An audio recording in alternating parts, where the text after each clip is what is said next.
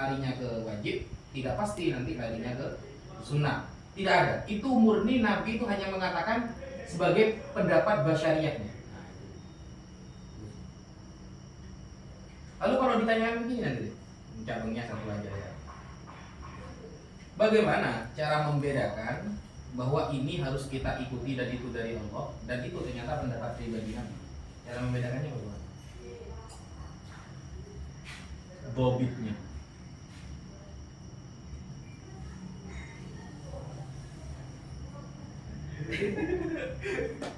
Gimana? Kan semua yang dipakai Nabi langsung sunnah. Nabi pakai jubah, artinya pakai jubah sunnah. Nabi pakai peci misalnya, ya pernah dipakai nih sama Nabi, sejak dipakai sama Nabi langsung sunnah kita pakainya, kan begitu kan? Nah, cara membedakan bahwa ini adalah murni pendapat pribadi Nabi yang kita tidak wajib mengikuti karena ada kemungkinan salah nih kayak kasus ini, atau ini adalah benar syariat dari Allah. Gimana cara bedainnya? Ada indikasi.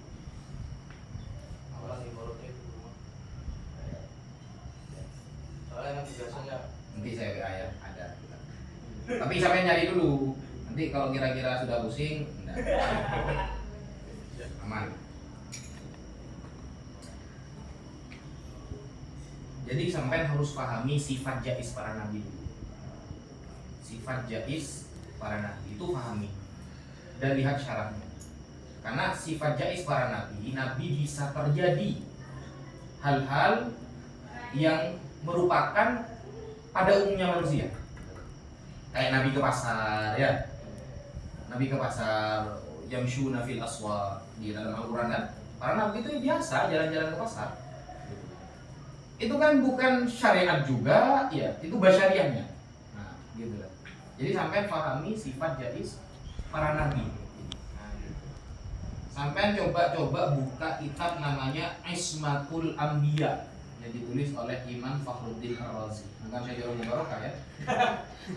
Nanti lari ke iman nanti.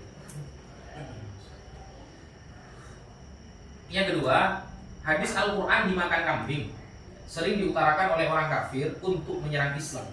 Jelaskan status hadisnya dan bisakah dijadikan hujjah hadis tersebut? Bismillahirrahmanirrahim. Mengenai hadis yang menjelaskan bahwa Al-Quran itu dimakan kambing, nanti di sana ada beberapa riwayat ya, atau yang dipakai oleh mereka itu adalah riwayat yang tertera di dalam Sunan Ibnu Majah dan yang tertera di dalam Musnad Imam Ahmad bin Hanbal. Jadi kebiasaannya itu memang begitu comot-comot. Nah, di sana ada dua hadis menjelaskan tentang substansi yang sama tapi perincian berbeda. Yang pertama yang diriwayatkan oleh Al-Imam Malik dalam Muwatta'nya, dan yang kedua yang diriwayatkan oleh Muhammad bin Ishaq di dalam Sunan Ibnu Majah dan Musnad Imam Ahmad bin Hanbal. Gimana? Ulangi tadi. Ada dua hadis yang menjelaskan tentang substansi yang sama, yaitu Asyrul Rodoat. Oke. Tapi dengan perincian yang berbeda. Oke.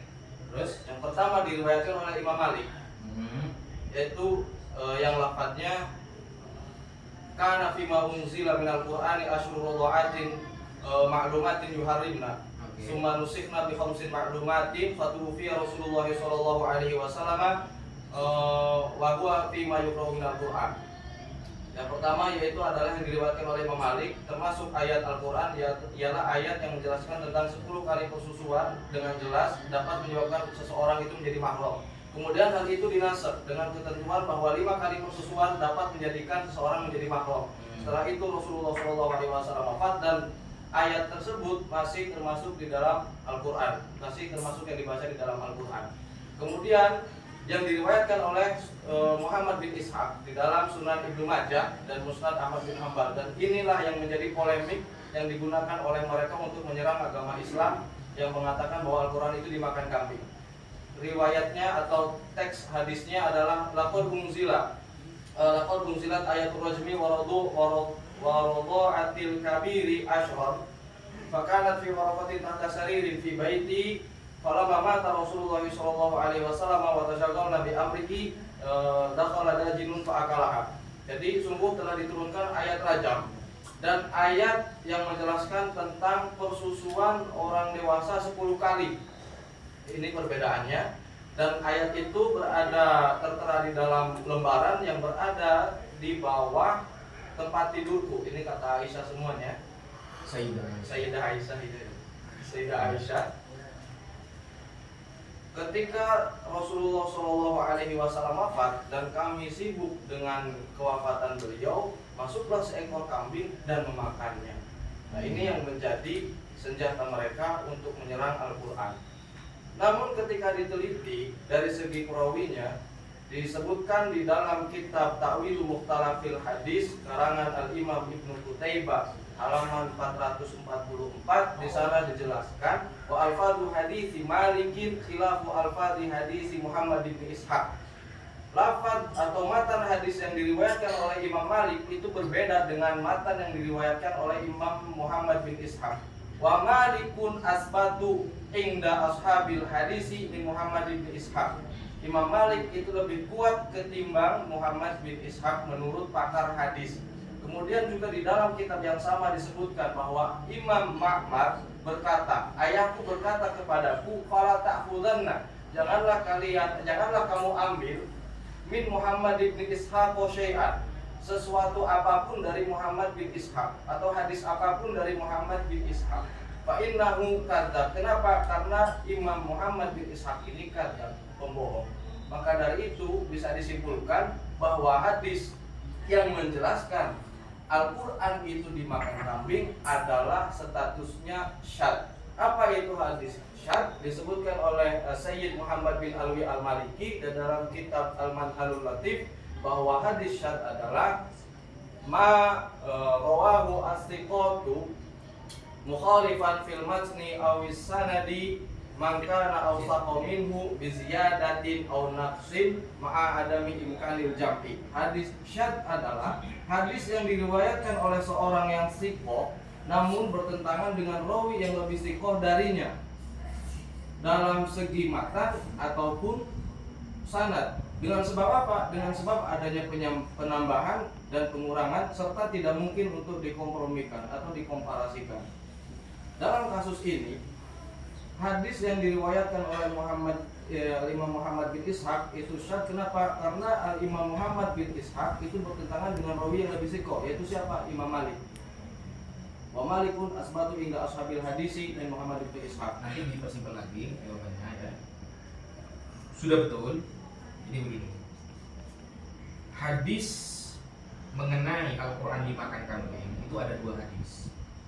Satu diriwayatkan oleh Imam Malik, yang 2 diriwayatkan oleh Imam Ibnu Majah dan Imam Ahmad.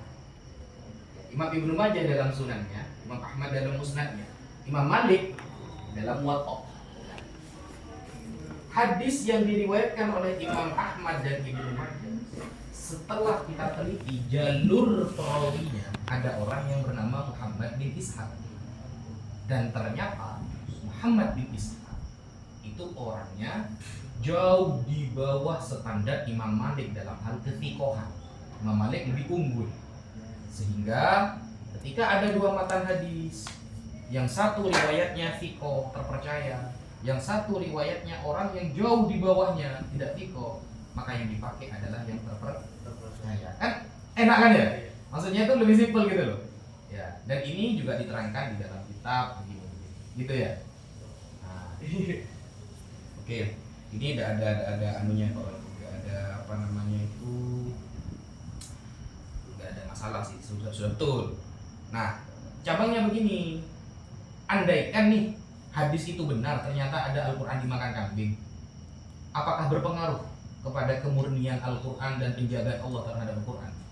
Nah, andaikan nih hadis ini sahih, ya, sahih sudah diriwayatkan oleh Imam Bukhari, Muslim.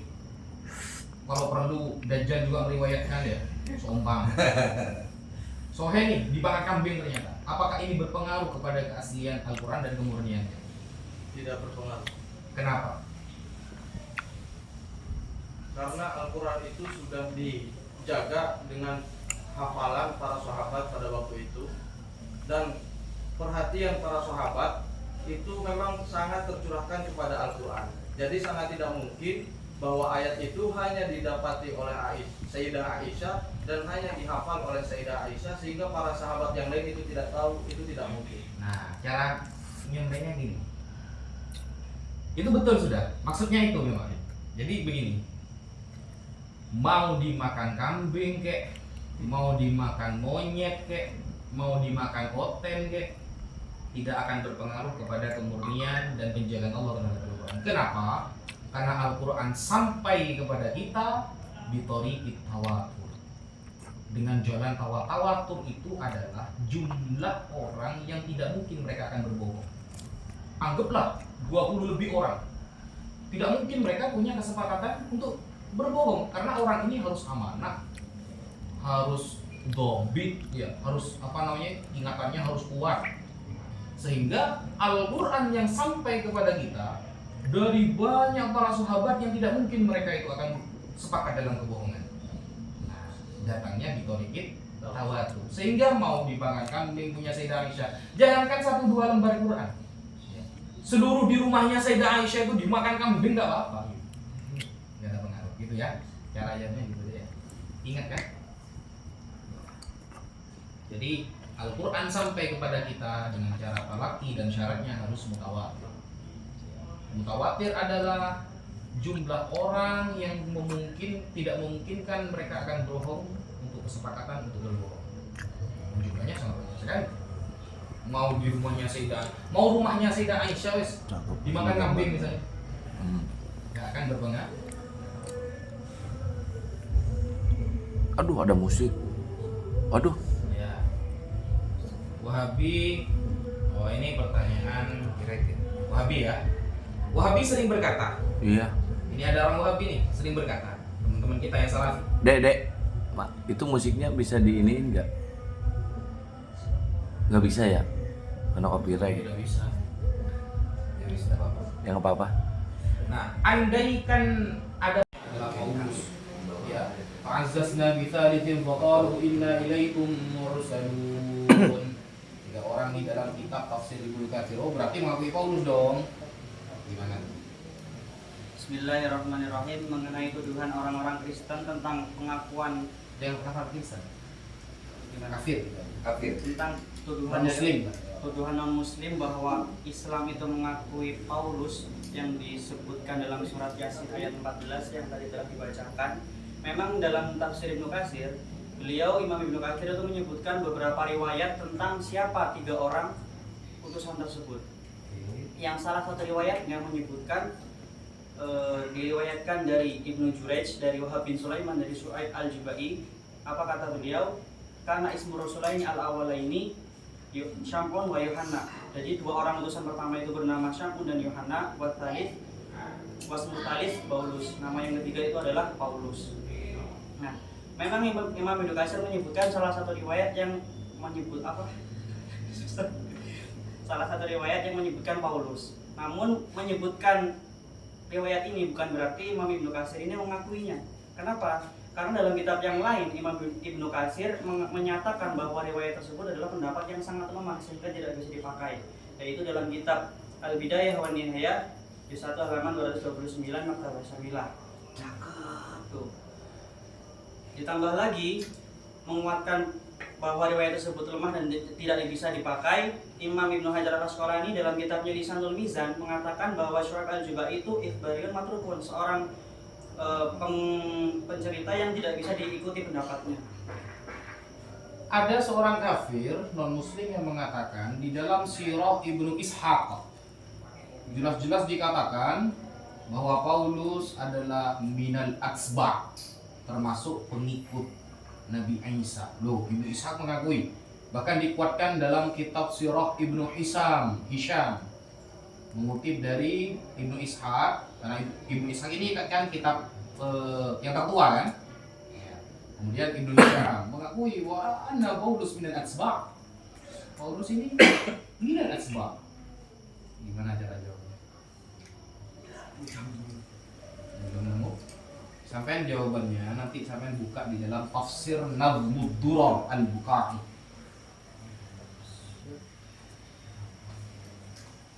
Nazmud Duror Al-Bukhari karya Imam Bahruddin Al-Bukhari, bahwa pendapat Ibnu Ishaq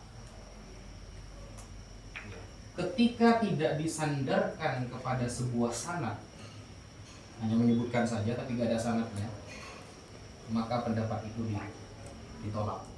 Ya. Ketika tidak disandarkan Terhadap sanad, lam yu'ishu li ahadin, tidak dinaikkan derajatnya kepada perawi siapapun, maka pendapat ini ditolak ketika bertentangan dengan mayoritas ulama. Ya, jadi sampai harus pahami Ibnu Ishaqnya nih.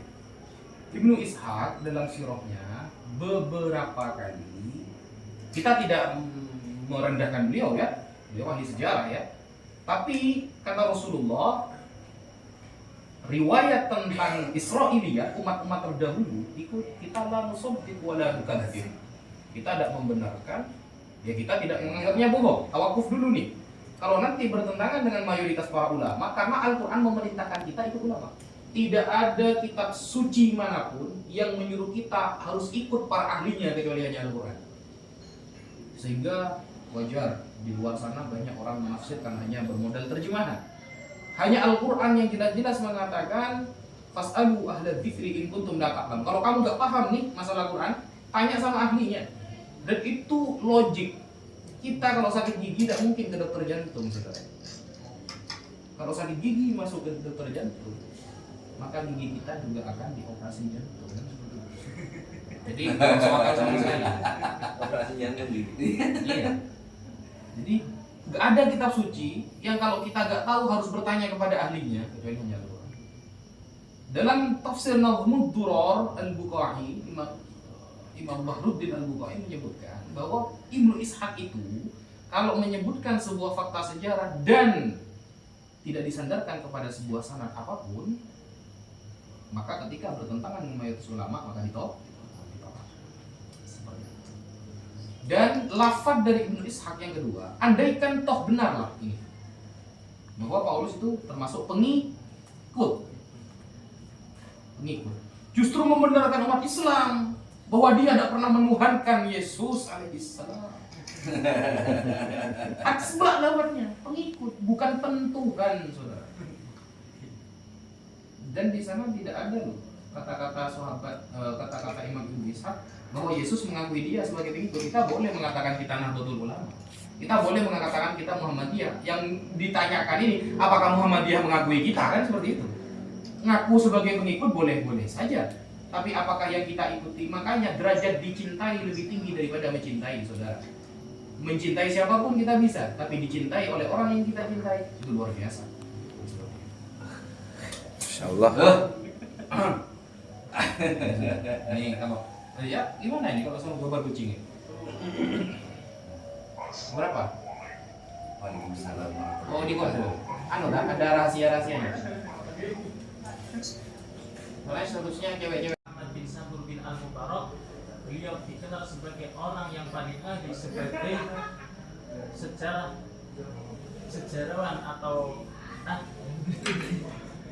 beliau terkenal sebagai orang yang paling ahli sejarah Arab, syair-syair mereka, dan beliau telah hafal mu'allaqah 7 dan mampu menyampaikan 100 qasidah besar dalam satu abjad.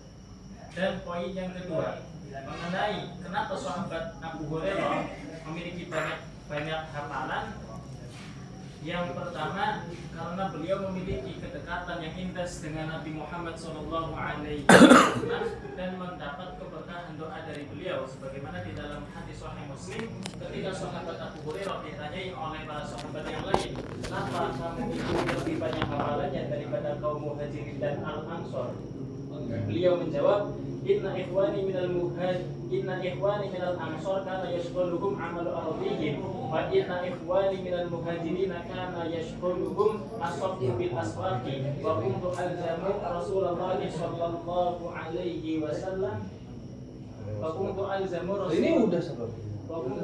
Rasulullah sallallahu alaihi wasallam ala min ibatni wa ahfadu fa asyhadu idza qabu wa ahfadu idza nasu. Kata beliau sahabat Abu Hurairah, kata beliau sahabat Abu Hurairah, saudara-saudaraku dari kaum Ansor, saudara-saudaraku dari kaum Ansor itu disibukkan dengan bertani, sedangkan sahabat-sahabat daripada kaum Muhajirin itu disibukkan dengan berdagang di pasar. Dan aku selalu berada bersama Rasulullah Shallallahu Alaihi Wasallam. Aku menyaksikan beliau ketika mereka semua itu tidak ada, dan aku hafal ketika mereka itu lupa. Sampai coba lihat di kitab Manhalul Lagu, ada doa khusus dari Nabi kepada sahabat Abu Hurairah. Ya, di belakang. Manhalul Lagu di belakang di bab Abu Hurairah. Itu juga berkah dari Rasulullah. Bahkan sahabat Anas bin Malik mengatakan, qa'atu Abu Hurairah khamsa sana. Aku belajar kepada Abu Hurairah itu selama 5 tahun. Bayangkan, sekelas sahabat Anas bin Malik yang pernah menjadi khaddam Rasulullah. Bayangkan ya, dia percaya kepada keilmuannya. Kok kita malah gak percaya, kan lucu gitu. Tambahin itu. Qa'atu Abu Hurairah, qa'ada lafaznya. Qa'atu Abu Hurairah khamsa sana. Sahabat Anas bin Malik percaya belajar sama Abu Hurairah. Kok malah orang zaman sekarang gak percaya, kan lucu. Enggak. Udah ya. Kalau yang mau balik, tidak apa-apa, balik duluan. Nanti yang balik terakhir ya saya antarkan. Saya juga mau pulang juga kan. Ya. Tuh, berarti rumahnya nggak di sini. Ini kan rumah abah di sini. Oh, itu. Rumah abah kan rumah saya juga. Iya, anggapnya bapak Ini sendiri. ahli waris, ahli waris. Kita lelah dalam perjalanan.